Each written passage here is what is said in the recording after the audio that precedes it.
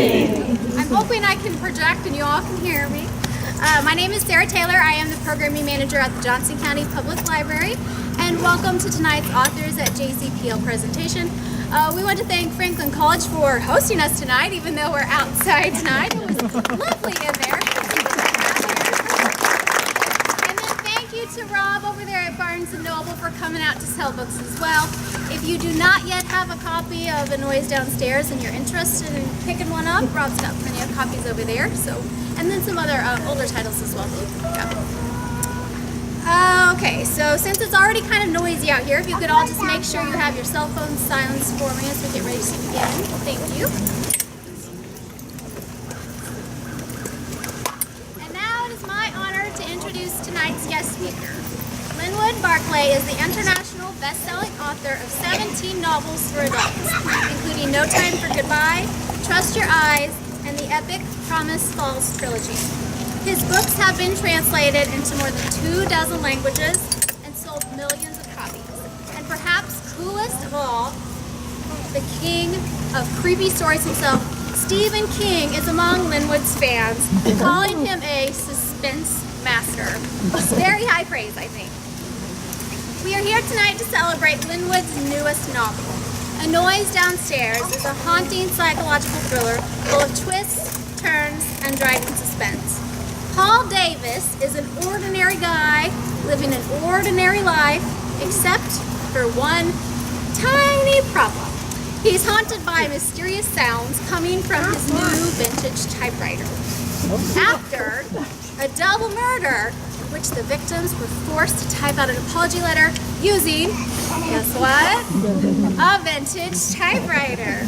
In his starred review, a book list calls A Noise Downstairs a beautifully executed thriller, and writes, Barclay does a masterful job of layering on the mysteries until we're almost frantically turning the pages, impatient to find out what the hell is going on. And I think that's the sign of a true suspense master. So if you could please join me in welcoming Linwood Barclay.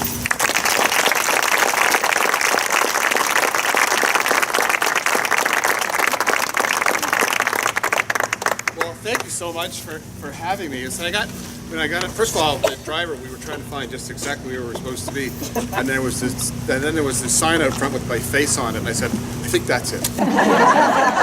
So that's better than looking for a number. And then, of course, Sarah immediately broke the news to me that we had a power failure, and that we were going to move outside. And I thought, I think this is going to be the best venue I do all week. This is great out here. It's a fabulous night. It's just wonderful. Now, of course, because I don't have a podium, so I want to nominate a couple of people in the front row. One to be my official water holder. Bring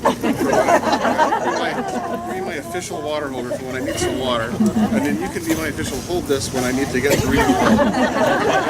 So now that I've delegated all my duties, it's really nice. It's really lovely to be here. This is what is this? Day 3, I think, or 4. Day 3 of my U.S. tour for A Noise Downstairs. And I got home on Sunday. I lived outside of Toronto. I got home on Sunday from a week-long tour in England for the book. Came out a little earlier there. So it's been sort of a rush, time changes. So if I should nod off during the presentation, if someone here could just kind of throw something at me to wake me up, to keep me kind of going. But it's really neat to be here. I thought, because I haven't been to this part of the country before. It's the first time I've been to Franklin, and so I've been to Indianapolis a few years ago when I was at the big annual Mystery Writers Convention, BoucherCon they call it. But I haven't been out this way, and so a lot of times I think especially when I get to places where I have not been before, I decided that maybe it would be fun to just tell people a little bit about who I am and why I've come to do this for a living and so forth, and kind of what my background is. Because despite how sometimes authors get rather full of themselves, I think everybody knows who they are, which of course is not the case. When I was on tour in England, I went to a festival in Harrogate, and I was one of the headliners, which was really cool. It was me and Don Winslow and John Grisham and a couple of others who were sort of the headliners. They said, well, I'm a big deal. And I got to the host hotel, and the room had been reserved for Ms. Linwood Barclay. So, just in case you think you're a big deal, you're not. That's something I've sort of found, is that becoming an author affords you the opportunity to be humiliated in ways that you did not previously know existed. One really quick story. I just thought of telling this. So, years ago, when I did a couple of humor books in Canada before I turned to writing thrillers, and I had a book come out. And when you have a book come out, you go to the stores. Do they have the book? Where is it? Do they have it? Do they have it face out with a half a dozen copies, or is it spine out where no one will ever find it? So I went into this store in a suburban mall outside of Toronto, and went around. It was a humor book, and I went to the humor section, and they not only did they have the book, and not only was it face out, and they had lots of copies, but there was one of these little folded cardboard signs slid under the book. It was a store employee recommendation. It said, read and recommended by Jamie. And I thought, it's great. So I went to the cash, I went to the counter, and there's a kid working the cash. He's got a little name tag on. He says, hi, my name's Jamie. He said, Jamie, I see you read and recommended my book. Thank you so much. Would you like me to sign copies? And Jamie, he looked a little startled. I attributed this that he was unaccustomed to meeting huge celebrities. So I actually led him back down. We went down, went in the corner, and there, and I went, there it is, and he went, and it all came back. Oh yeah, he goes, somebody moved this, and he takes the card out from under my book and moves it over one, and he slides it under Dave Barry in cyberspace. I told Dave Barry this story, actually. And then the guy said, but you can sign it if you want, and off he went back. So that's what I mean. And of course, that was a long time ago. You'd think things have gotten better. You wouldn't be wrong. But I've always wanted to write, and I was writing stories when I was in third grade. I was writing stories, and this will kind of ties in with the book that you have with you tonight. When I got to be about grade 5, I asked my dad to teach me how to type because I couldn't handwrite stories fast enough. And so we had this old, heavy Royal typewriter, weighed about the same as a Volkswagen. And it was a 5-minute lesson. He said, here's where your fingers sit. This finger hits this key, this finger hits this key, blah, blah, blah. That's your lesson. There you go. Well, Bob's wrong. And so I started typing. And I could type very quickly. And all the bad habits I learned when I was 10, I pretty much still have. I still can't look at the number key I can't do that without looking. And so I started writing stories like crazy. And my inspiration at the time, I would love to tell you that I was inspired by the classics. Hemingway and Dickens and so forth. But in fact, I think what inspired me to write was television. I was a kid in the 60s. I loved TV. And I had my favorite shows, which like The Man from U.N.C.L.E. and Mission Impossible and stuff like that. And an episode a week was not enough for me. I had to have more. So I would take these characters that someone else invented and write my own stories about them. And I mean, by the time I was 11 or 12, I was writing 30, 40-page type novellas about all these other characters that I loved. And then as I got, started moving into my teens and so forth, I thought maybe, I could actually write something that's my own characters. And I was writing novels in my late teens and early 20s. And so, but the plan was that when I graduated, when I finished at Trent University in Peterborough, Ontario, what I do when I was 22 and I got out of school, I would just become a famous best-selling novelist. Because and yet when I was in high school, I went to high school in a very rural part of Ontario, that farming and tourism in the summer, and a place called Fenelon Falls. And the guidance department had a binder this thick of every career you could imagine. So I would go down to guidance and I would open it up and I would look for screenwriter. And there would be like sheep farmer or something, but there was never anything in there that was what I wanted to do. It wasn't writer, author, screenwriter, television. There was none of that was in there. And it's possible because there was probably not a high demand for that in the Fenelon Falls area. But I was writing novels and sending them out, and the plan, as I say, was to just get out of school and become a famous best-selling novelist. But the problem I was having was that all of the books that I was sending to publishers were being sent back. Sometimes I could take a manuscript like this to the post office and mail it away, and it would be at the house before I got it. That's how fast they could reject it. I think there's a Snoopy cartoon like that. And so I thought, well, maybe this plan's not going to work yet. But where could you get paid money to write every day? So at the age of 22, I got a job at a newspaper, the Peterborough Examiner in Ontario. And so I was, a small city paper, and I got to write every day. It was not necessarily the great crime fiction novels I was planning to do. Sometimes I would do an event at the hospital about the Candy Stripers had an event, and I would go and write about that. But what was great about, I worked at a paper that was owned by the Thompson organization. And if you know anything about them, you know that they're a thrifty organization. By thrifty, I sort of mean really cheap. So we did not have at this paper what you might consider to be sort of standard equipment at a newspaper. We had proofreading on a sporadic basis. And I thought it was great that I got to be at that paper for what I thought was maybe the greatest typographical error in the history of Canadian journalism. We had a band that played around this whole Peterborough area named Dino and the Capris. And they played every bar, and they played weddings. They'd play anything, but it was for us a front page above the fold with a picture story when the band broke up. So we had this big feature on the top, right on the front page. And the first paragraph read, after 20 years of playing weekend dates in local hotels, Dino is tired and wants to spend more time with his family. Okay, not the best lead ever, but serviceable. But because we didn't have a proofreader, nobody noticed that the letter P was missing from the word playing. So in case you missed it, after 20 years of laying weekend dates in local hotels, Dino is tired and wants to spend more time with his family. Now, you can understand the tired part, but the fact that his family would have him, that was pleasant. And it was just like in the movies. I mean, the managing editor of the papers just came up and he picked up the phone and it would stop the presses. Any of the papers that had been loaded onto the trucks were to be hauled off and destroyed, and they were going to run the presses again and fix it. One truck got away. Went up to Bancroft, Ontario. I always thought they had a more interesting paper than that.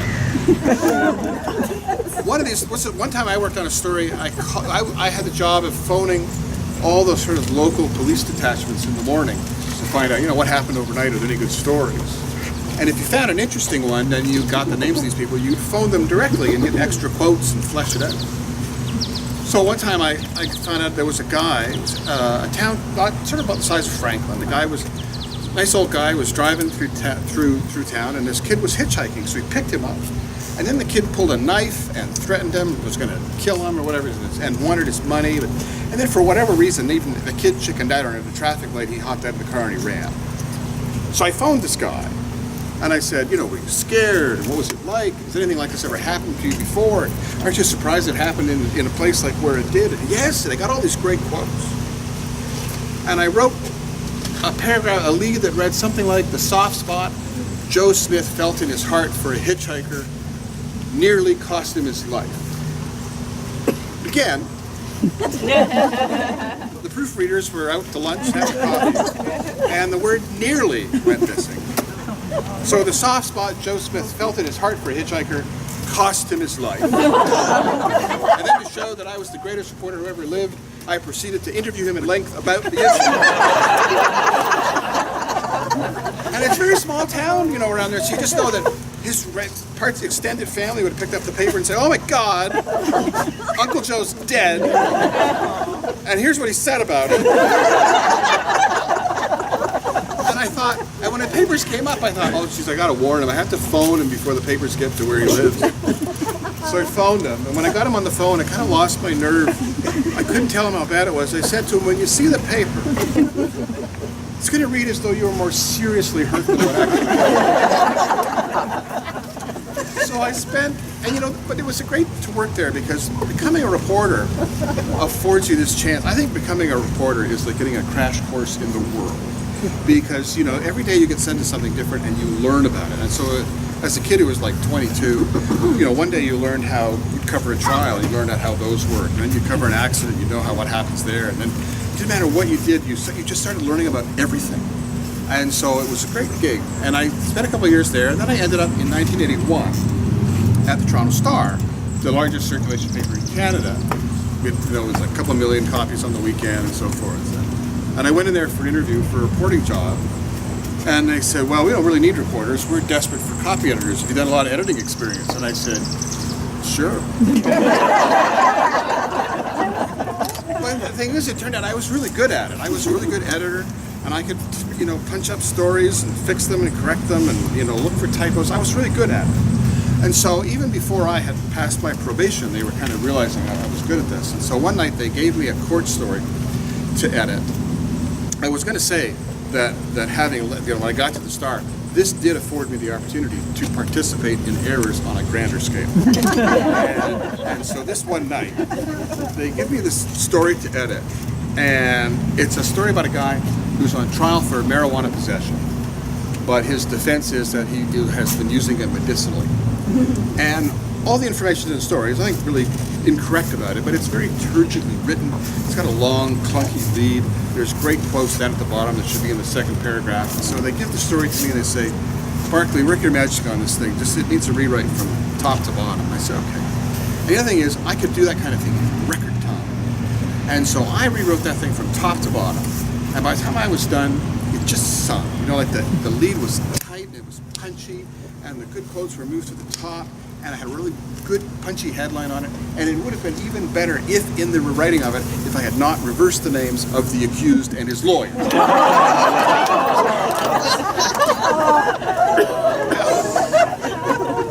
my defense, it read really well.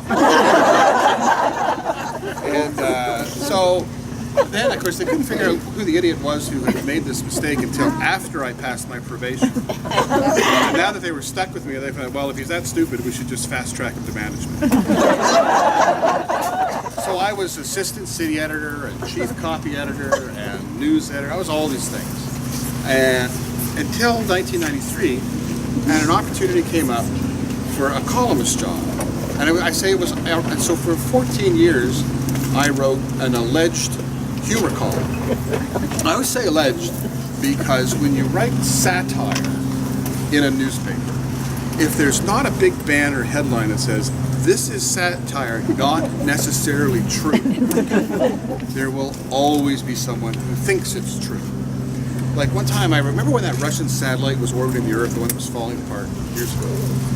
And I wrote a column one time of tongue-in-cheek places to send your kids for summer camp. Oh, no. And I said, why not send your kid to the Mir space station camp, the Russian satellite? But if you send them, dress them warmly, it's very cold in space, and send them with several rolls of duct tape. There's holes in the hull, the whole thing's falling apart. Next day, swear to God, guy phones the paper, you didn't put in a phone number.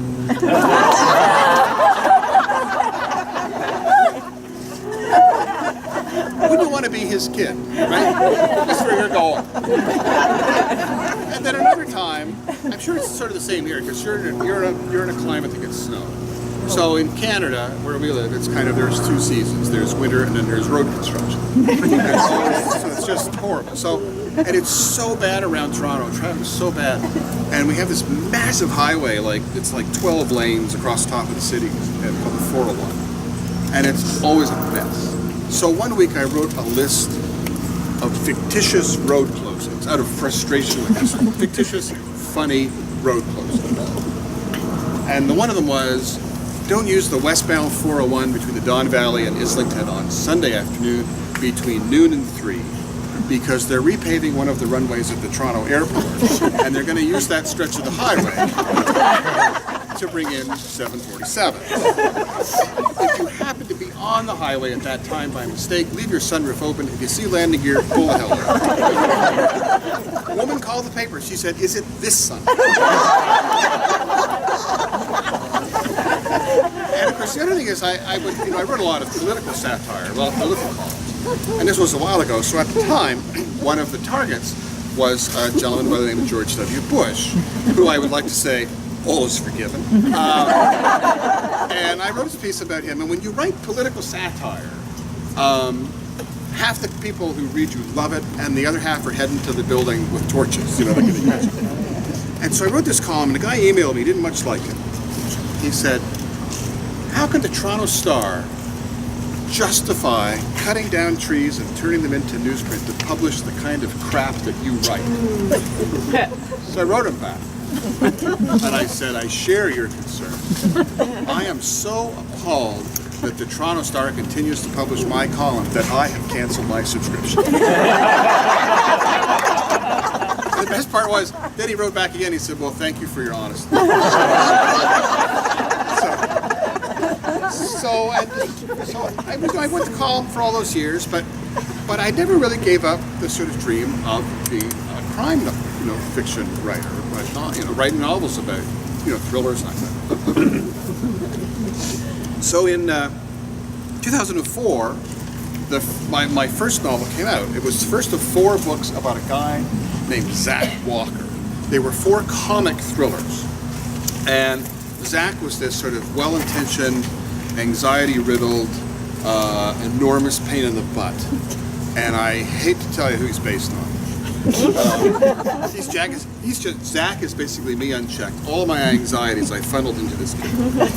And I did those 4 novels, and I'm proud to say that all 4 of them collectively we sold in the high 2 figures. In other words, they were not hits. And my literary agent said, "These are good books, they're great books, but they haven't caught on. You need to do something different. Stop writing a series, stop writing funny thrillers." Because first of all, funny thrillers are not typically big bestsellers unless you're Janet Ivanovich or maybe the late Elmore Leonard. And so she said, "You need to write a sort of serious thriller, and it needs a great hook." And so I started thinking, okay, great hook, what can I do? And so I would send her an idea, and she'd say, "I've read that book." Then I'd email her another idea, and she'd say, "Yeah, I've seen that." And then one morning, I woke up at 5 o'clock in the morning, and I had a whole idea just came to me whole, just the whole thing. And it was about a 14-year-old girl who's out with a boy that her parents don't approve of. She gets drinking, she comes home drunk, she has a huge fight with her parents, and she goes to bed and passes out.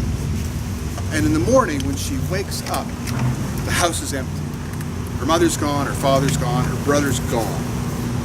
25 years go by, she never knows what happened to them. Did some killers come in or something and kill everybody in the family and not know she was there? Or did her family decide to leave and not take her with them? And which would be worse? Would it be worse to find out everybody in your family was dead, or that they were alive and didn't want it? So I send this idea to my agent in an email at 8:30. The phone rings almost immediately. She said, "That's it. That is a fantastic book for a thriller. It's a real grabber. That's such a great idea." And then, because she's my agent, she likes to know everything, she says, "What happened to the family?" And I said, "I have no idea."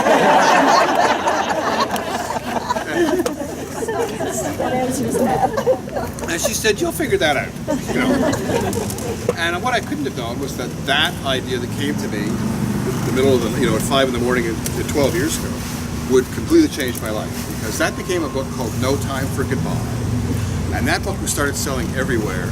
And then in England, it got picked by a kind of Oprah-like show that picked suggested summer reads, and it became the fastest selling book in the history of that TV show, and finished out 2008 as the top selling novel for the whole year in the UK. So that's when I decided I could give up the day job. So I gave up the column that I was doing for the Star. As much as I loved it, it was great fun to do. and then started writing books full-time around 2006, doing a book a year, some years there up to 2, and so forth. You see how I'm doing? Oh, I got lost. Unless it rained. And of course, what happens sometimes when you do a book that becomes a hit, there's this kind of panic about, well, what will the next one be? And, you know, like there's a lot of authors you can think of who've had a massive hit, and then what else happened? You know, like remember that fantastic book from a few years ago, Lovely Bones? And then I think she did one other book, and that was kind of it. But I already had a second book done, and I had a not bad hook for that one. And that was, every once in a while you might read a story in the news about an entire family that gets wiped. Somebody goes into a house and kills everybody in the family. And I thought, what if you lived next door? What if you lived next door to where a horrific crime like that happened? Would you think you had to move, or would you think, it's like a lightning strike, we're safer now than we've ever been? That could never happen to 2 houses side by side. But then what if you found out the killers went to the wrong house?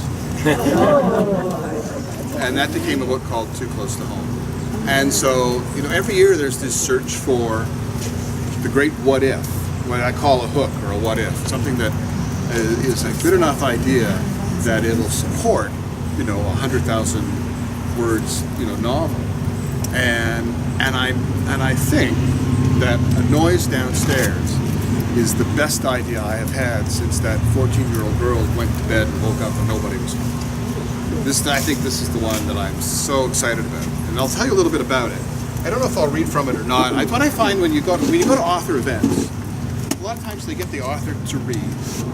It's been my experience that people who come to a library event already know how to read. Like, non-readers, hands up. You don't really need to be read to. You know, it's been a long time since anybody did that for you. So I don't often read, and also it's not often the case is that you can have the best writers in the world, but they're not often the best readers. And I remember being at an event one time. What's really fun is if they have 4 authors on stage and they're all going to read in succession, and you're the guy sitting in the chair at the end, and the guy who's reading is like, oh my God, and you're trying to, it's a very bad thing to nod off on stage. There was a fellow reading, and he was just, he was at chapter 1, and he read in this unbelievable monotone, and I just didn't know what he was saying, and then I thought, will it ever end? And then he got to the end of chapter 1, and we thought, okay, and then he said, chapter 2. So I don't know. If I do one, it'll be very short. So, but I'll tell you about it. So, and you touched on it. You were talking about a little bit about it, about this book. I'm looking for sorry. Anyway, yeah. Oh, way over there. Oh, sure. Like you're not even interested.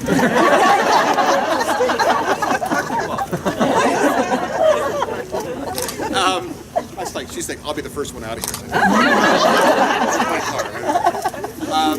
So yeah, it's about a college professor named Paul Davis, and Paul is coming back from an event at this college, and he sees this Volvo station wagon go by that he recognizes belonging to his friend Kenneth. And it's a lot of time for Kenneth to be out so late, and Kenneth's driving is a bit erratic, and he sort of stops somewhere, and he actually gets out of the car, and he goes behind a building to a dumpster, and he gets back in his car, and Paul wonders, is he okay, or is he driving drunk, or what? And finally Paul pulls over off the road, goes in off the road, and Paul follows him in, and it turns out Kenneth has in the back of the car 2 bodies and a shovel. And Paul can't believe this, and before you know it, that shovel whacks him in the side of the head, and Paul nearly ends up as the 3rd victim. But thankfully, a police car happened to be going by the time, and he's okay. But now we move ahead 8 months, and Paul is kind of suffering from a post-traumatic stress disorder. First of all, he did suffer an injury, and he's had a bit of memory loss and so headaches. But the other thing is, Kenneth was his mentor. He was a friend. He was someone he trusted, And now he's kind of consumed with this whole notion of evil that's right in front of us. You know, that people wear this mask of good, but behind it, they're people we just have no idea who they are. And so he's been seeing a therapist, a woman named Anna, and he starts to wonder if maybe a way to kind of purge this anxiety, a way to deal with it, would be to write about it. Maybe even go and talk to Kenneth in prison. And his wife, to inspire him, his wife Charlotte, she buys for him one of these lovely old antique typewriters, which you can sort of see on the cover of the book. It's just down the side of those keys. And she's not intending for him to write the story on an old typewriter, but to have it there and to study with him as this kind of piece of art, this wonderful typewriter, because he loves those. And it seems like a really great idea. Except, after a couple of nights of having it, Paul wakes up is awakened at about 2 or 3 in the morning, and he hears coming from downstairs, the sound of the keys on the typewriters. And of course Paul goes down and there's nobody there, and the typewriter's just sitting there in his little study where it always is, just off the kitchen. And he thinks, well, there's kind of a logical explanation for this, and that is, I've suffered a trauma, I've been having nightmares, I've been having dreams.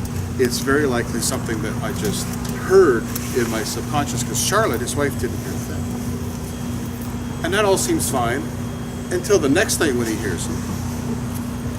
So then he thinks, there's a very simple way to prove that this is just all in my head.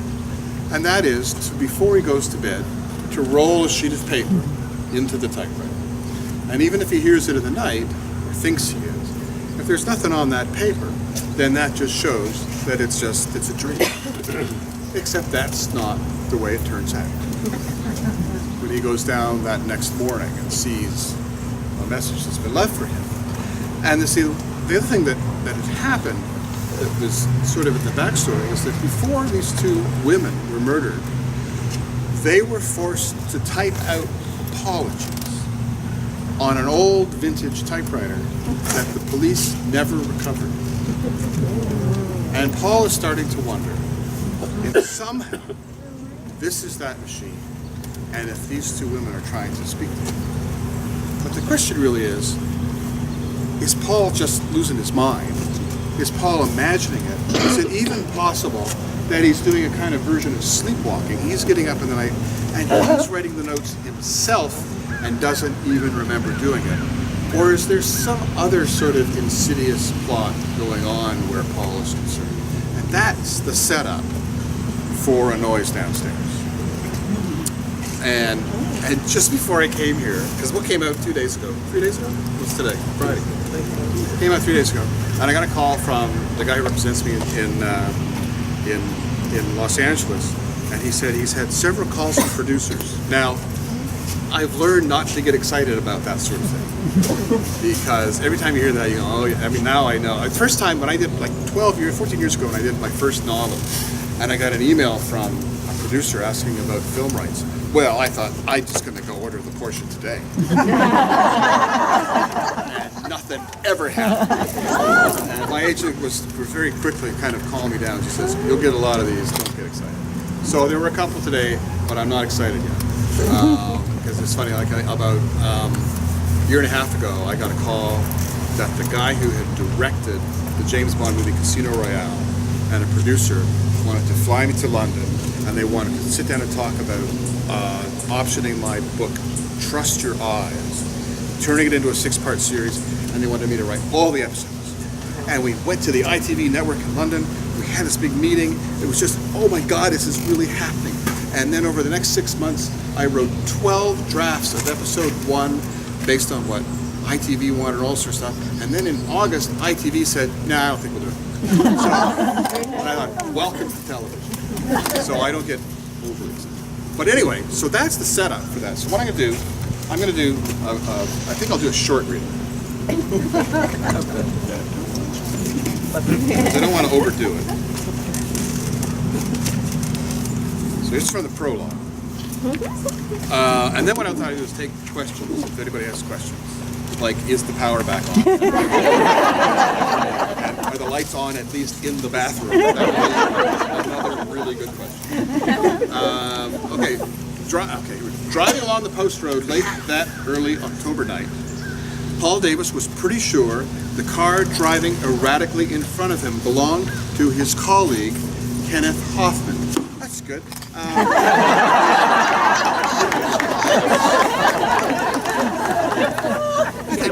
think that's enough to get your interest. That's our start. I've told you what it's about. Are there questions? Yes. I see where you were from Connecticut. When did you go to Canada? So the question was, I'm from Connecticut. When did I get to Canada? So when we lived in Darien, Connecticut, and my father was working in advertising. He was a commercial artist, commercial illustrator. So if you were to look through Life, look Saturday Evening Post magazine in the 50s, late 50s, and if you looked at the car ads, they were all illustrations, not photography. My dad drew those cars. That was his job. He was this fantastic artist of, airbrushing and these beautiful cars. And so an advertising agency in Toronto said, this is great stuff. Would you come work for us? And my parents thought that might be kind of an adventure to go move to Canada. So just as I was turning 4, the family moved to Canada, and I've been there ever since. I still have to file a U.S. return, but anyway. So I've been up there ever since. So I'm actually a dual citizen. I got 2 passports in my pocket. I got the U.S. one to get down here and the Canadian one to go home. Nobody can reject me, and so that's why. Yes. Any other questions? Yes. You start with the question many times when you write, like, what if? Yeah. Do you have the answer before you write? No. Well, yes. I don't know if you heard that question. So before I start writing a novel, I need that what if. And before I actually start writing, do I know how it happened?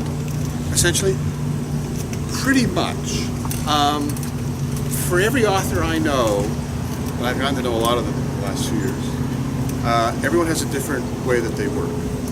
Like, I think Michael Connolly, for example, maps out every chapter, knows what the whole book is before he starts. Lisa Gardner, she tells me she just starts writing. And I'm fall in between there. So I started making notes when I have an idea, like when I had the idea for this, which was in fact kind of inspired because I did buy one of these old lovely typewriters. I wanted one, and about 4 years ago, I found this lovely old Underwood and bought it as a kind of piece of art. And I have it on the coffee table. And if you look at a typewriter straight on, they have this kind of smile because the keys are arrayed in a semicircle. And the longer I looked at it, that smile looked less and less friendly to me. So when I'm doing a book, I have that what if, like the girl who wakes up and the family's gone. Before I start writing, I want to know what events happened to bring us to that point. So, and who did what. And so when any character in the book is speaking, I'm in their head, and I know if they're lying or what they're covering up and so forth. But I keep it from the other characters. They don't keep it fine. And so I know all this kind of background, and I know where I want to end up. I want to know I kind of know my ending, but I don't know what I call the big mushy middle is. What's that stuff that's sort of from here to here? What is that? And I don't see the opportunities that exist in the book and the 12 possible twists and so forth until I get into it. But the big picture I know. So, I want to start here and I want to end up here, and there's this spine, and as I travel away, I'm doing little detours along the way. Yes? I have 2 questions. First of all, I'm in the middle reading the 23, and I was just curious if the water treatment plant poisoning is inspired by Flint, Michigan's water. Well, that's a good question. So, it isn't. It could have been. So I don't know if you did the question. I did what I call the Promise Falls trilogy, which is the 3 novels: Broken Promise, Far from True, and the 23. And the first 2 books are sort of standalone thrillers, but there's a backstory building that explodes in the 23 when there is, and this is a little bit of a spoiler, but there is a contaminated water crisis. And in fact, what I was thinking about at that time was in Ontario in 2000, so roughly 18 years ago, I think it was 2000 or 2001, in a town called Walkerton in sort of northwest Ontario near Georgian Bay up there. There were a couple of bozos who were in charge of doing the treatment to make sure the water was clean, and they weren't doing it. And I try to remember if it was half a dozen people died, many people were sick, and so that particular story was very much in the back of my head when I started writing. When did the Flint story break? Was it about 4 years ago or longer? I think it was longer. It might have been, because it's possible that the Flint, Michigan story broke around the time as I was starting to get into that book. And because now that you mentioned it, I think somebody had once said, "Hey, this is really timely," and I thought that's just the way it had worked out. Well, I would ask Okay, you, a second question. Are any of your comic thrillers still in print? Are the comic thrillers? They're all in print. The four Zach Walker novels, Bad News, Bad Guys, Lone Wolf, and Stone Rain, are all in print. Now they were not big sellers at the time, but the subsequent novels have attracted an audience, and people go, "Well, what else is this doofus reading?" And so they're finding them. And it's only available as an ebook. I also wrote a memoir called Last Resort, which was about my growing up years when my parents bought a cottage trailer park in Ontario. My dad's career as a commercial illustrator, it died in the 60s because photography took over and killed it. So my parents bought this business, this sort of tourist business. And I wrote a memoir about that because my dad died when I was 16 and I took over basically running it. So there's that also. But it's just as an ebook. That's the only way you can get it. Yes, back there. Who do you like to read? What do I like to read? Who or what? I read a lot of different stuff. I used to be, when I was a kid, all I read was crime fiction. I started reading Agatha Christie and then Rex Stouts and Wolf books and then Chandler and Hammond and Ross McDonald, all that sort of stuff. But now, I still read a lot of it, but I read other stuff. Right now I'm reading, I don't know if anybody else but me watched this show, but there was an HBO series called The Leftovers that I thought was one of the most brilliant TV shows ever made. And it was based on a novel by Tom Perrotta. And I always wanted to read the book, and so I'm reading it now as I travel around. And other things that I've read recently, I read I'd Know You Anywhere by Laura Lippman. Because I did an event when I was in England, Laura Lippman, and I did an on-stage chat, and I wanted to read another one of her books. And I think before that, I read David Itzkoff's written this astonishingly fabulous biography of Robin Williams called Robin. And it's great. So I read a lot of different stuff. When I finally get home from a UK and a US tour, and I go sit on the deck with lots of vodka and lemonade, I want to read Robichaux by James Lee Burke. James Lee Burke just astonishes me, and I bought his new book in January, and I still haven't had a chance to get to it. Yes, right here. Now, I know that you're huge in the UK as well as the United States, and I see where The Accident was in a TV series in print. Do we ever get that opportunity that we're going to have where you can be on TV here? Well, okay, so the question was, and I'll get to yours right after this, the stuff that's been made into TV or movies. So, The Accident, book I did about 6-7 years ago, it was made into a 6-part series in France. It's actually available to see here. There's a streaming service in the US called Acorn TV that carries a lot of British mysteries. They have that series. It's all subtitled, and I think they did a great job with it. Obviously, they changed the names and the locale because it's shot in France, but they followed the plot to the letter, and it's really good. I'm right now, the Promise Falls trilogy that we just talked about, that has been optioned to be made into a TV series by Entertainment One out of their Toronto office, so I'm involved in it, and I'm writing the pitch, and apparently next month I have to go into some sort of network meeting and deliver this sort of pitch about what the series will be about, so we'll see if that happens. And I did a short novel a few years ago called Never Saw It Coming, and we did get that made into a movie last year in Canada. And it stars Eric Roberts and Canadian actress Emily Hampshire, who you may know. Has anybody here watched the Canadian comedy series Schitt's Creek? Has anybody seen it? There's a few. So she plays Stevie, the one who runs the motel, the only one in the whole show who's sane. So she's the star with Eric Roberts. So that got made last year, and I wrote the screenplay for that. So, we'll see. I mean, I had, a few years ago, the book that I described about the girl that wakes up and nobody's home, Eric McCormick of Will and Grace was desperate to make that into a movie. And he wrote a screenplay for it. He renewed the option on it twice. I had a meeting with him one night, and we talked about it. He really wanted to make it. But like so many of these things, it just didn't happen. So, you got a question? Talking about things that go bump in the night, do you ever wake up with nightmares, or do you think you hear the typewriters going? Well, do I wake up with nightmares? Actually, if you ask me, I have nightmares all the time. And I have what I call frustration dreams all the time. And although not as many as I used to, but we have a lot of them. But they're not really horror related or anything like that. They're just kind of, it's the one where I realize I'm supposed to be at the airport in 10 minutes, and I'm looking for the number to call the car to come get me, but I can't dial the number because I can't remember what it is. Those kinds, I have those all the time, and oddly enough, I still have dreams all the time. Like about once a month, I have this dream that I'm still at the Toronto Star. I'm still there, and I'm on the desk, and I have all this stuff I'm supposed to be doing, and I think, why am I here? Like, I don't have to be here. The books are doing okay. Why am I back here? And I'm in the same dream. It always happens. I phone home and I say to my wife, I'm going to quit. I'm going to quit. I'm going to tell them today I'm quitting. She says, fine, whatever. And so I have those. I have what I call frustration dreams, but I don't have sort of horror nightmares. It's not like my head's full of Pet Cemetery or anything. Anyone else? Yes. You obviously have a very clever sense of humor. Is there any way you can incorporate that into your books? Can I incorporate the sense of humor into the books? I think all the books that I've done are funny in places.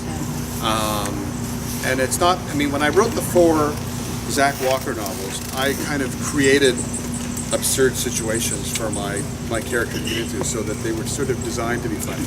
I don't do that now, but I think humor comes out in the dialogue. Like in the Promise Falls trilogy, like the dialogue between, say, the mayor and the detective and so forth, that there's this kind of sarcastic banter that I think often is funny. But I don't set out to make it that way. I just think it kind of comes out naturally in places. At least I hope it does. Because I think sometimes too you need to break the tension. If the book is sort of relentlessly suspenseful, every once in a while you need to kind of let off steam and have something just a bit funny happen. Speaking of suspense, last week on my UK tour, during the tour, I got food poisoning. And if you want to know suspense, try standing in front of a group like this. I have to get back to the hotel in time. Yes. I'm reading Never Look Away. Yep. I'm on chapter 19. And I wondered, now I'm reading as fast as I can, every minute I can. How long does it take you to write a book like that? So, your question about she's reading Never Look Away right now and turning the pages as fast as you can. The question is, how long does it take to write a book? I can usually do a first draft in 2.5 to 3 months. And my goal is to do 2,000 words a day when I'm doing a book. So if you do 2,000 words a day, you've got about 10,000 words a week, and in 2.5 months you have a first draft. And although it hasn't been asked yet, the most commonly asked question often is, well, what if you get writer's block? Is that your question? I'm sorry, I'm not going to get to ask you. Come up with another one. Well, no, let me just tell you what I was going to say. I was lucky enough to have met Harlan Coben when he was writing his Myron Volatar series, and I asked him this question, and then I said, and if you do get writer's block, what do you do for it? And I was going to compare your answer to his. Tell me his first. Because I know, here's what he said. He said, do plumbers get plumber's block? That's my line. That's my line. I've never heard it say it, but that's what I always say. I always say, do teachers get teacher's block? Do plumbers get plumber's block? 30 years ago. And that's what I've always said. And I think it's because, when you spent 30 years in newspapers, you can't afford to have writer or editor's block. You can't say, you can't have columnist block and phone into the editor and say, I'm just not feeling it today. The muse hasn't struck. So I don't think I can do a column for tomorrow's paper. Imagine Jimmy Breslin doing that, and they'd say, well, why don't you have the muse not strike you at another thing? And so that's always been my response too. It's a job, and I think that, at least for me, I mean, I know there's a lot of writers who probably legitimately have it, but I think, well, aren't writers special? That of all the professions, we get to be able to just go, oh, I can't do it. I'm just blocked. I can't manage, I just can't. And then we go, oh, that's okay, you're a writer,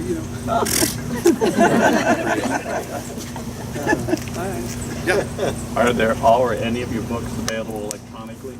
Are the books available? Yeah, all of them, I think. They're all available as ebooks. Most of them, I think, are also available on audio. There may be, I'm not sure. I know that the 4 Zach books are on audio in England, in the UK, but I don't know if they're available here in audio or not. But they're all downloadable as free books. Thank you. Do you make notes about your characters so that you don't get confused? Do I make notes about the character so I don't get confused? Not too much. Although I probably should sometimes, because I might get a call from my editor and say, how did George turn into Gordon on page 4? But I might make a little few notes. I might just remember somebody's age and maybe what they look like, and just sort of make a notation. But some writers spend a lot of time writing massively long descriptions of some character. Does anybody remember those? I don't remember them. I remember people by who they are and kind of the role they play in the story, and by what they say. Because how they talk and what they say to me is kind of everything. And so I usually do pretty minimal descriptions and that of people. But I do make the odd bit of a note. But I don't have, my notes are just kind of a mishmash. I met, one time I introduced and had dinner with Ann Perry. And she says she does like 50 pages of typos with it before she starts a book. Like, I could never do that. I just think, well, if I'm ready to do that, I'm just going to start the book. I'm probably impatient and a bit of ADHD or something. I just think, let's just get going. Yeah. You mentioned that you only do one book primarily, or maybe 2. I hope you keep that, because there are some authors, and some of them are very famous. John Grisham comes to mind, that it seemed like after he became very popular and well known, that he started really pumping them out. And I think he lost something in the middle there. And now they're good again. But there were some there in the middle that I thought, So the comment was sort of, if you're writing a lot of books, you sometimes kind of coast, right? Yeah. So one time, I sent an email to my editor in London, and I said to him, I think I was on book 7. And I said, how many books do I have to write before I can just mail it in? Before I can just totally coast. And he wrote back and he said, 15. That's the rule. And then I got to 15, he said, oh, apparently it's 20. The rule was changed. And there are writers that, that we kind of think that of. Like they're just kind of mailing it in now. And that's why, one of my favorite writers who I really love is Stephen King, because I think, he's been doing this for a while. He's 71 now, I think. And I think in the last few years, he's written some of the most ambitious books he's ever done, like 11/22/63 about the guy who tries to stop the Kennedy assassination. I just think is one of his best books ever. And that's in the last 10 years he did that book. And you look at one like, The Outsider, which I just read, which I really, really liked. And the one he wrote with his son, Owen, Sleeping Beauty. I mean, these are all major works. And he would be entitled to mail it in now, I think. But he's not. And so I'm really impressed by that. Let this fly. Yes? So what are you working on now? What am I working on now? Well, I have finished, usually about the time that you go out and tour for a book is when you've finished another one or handed in. And I'm pretty much done the book that will come out next year. I mean, I haven't done the edits on it. I haven't got my notes from my editor to do whatever needs to be done to it. But the first draft is done. And what I would tell you, all I will say to you about it is, you will never get on an elevator again. How's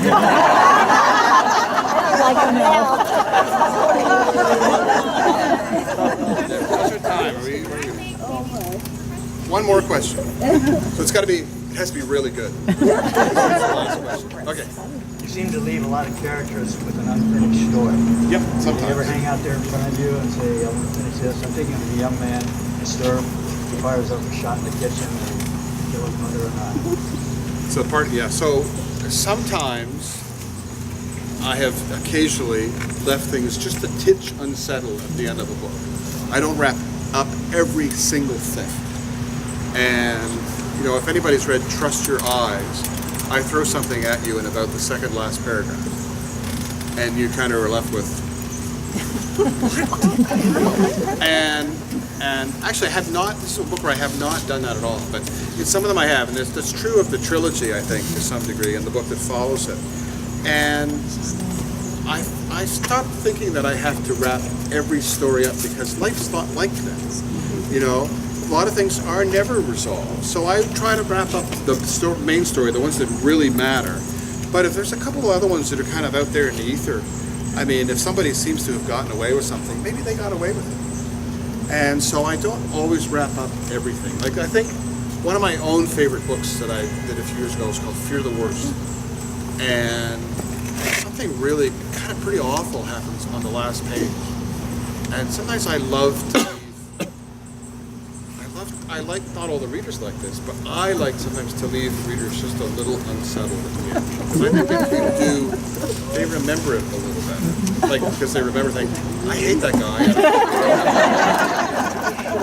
I want to thank you. This has been a really lovely, wonderful